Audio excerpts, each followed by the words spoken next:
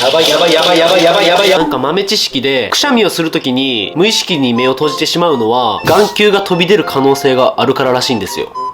なわけないやろ、飛び出んやろ。やっていこうってことは、くしゃみをするときに意地でも目を開けとけばいいんやな。よし。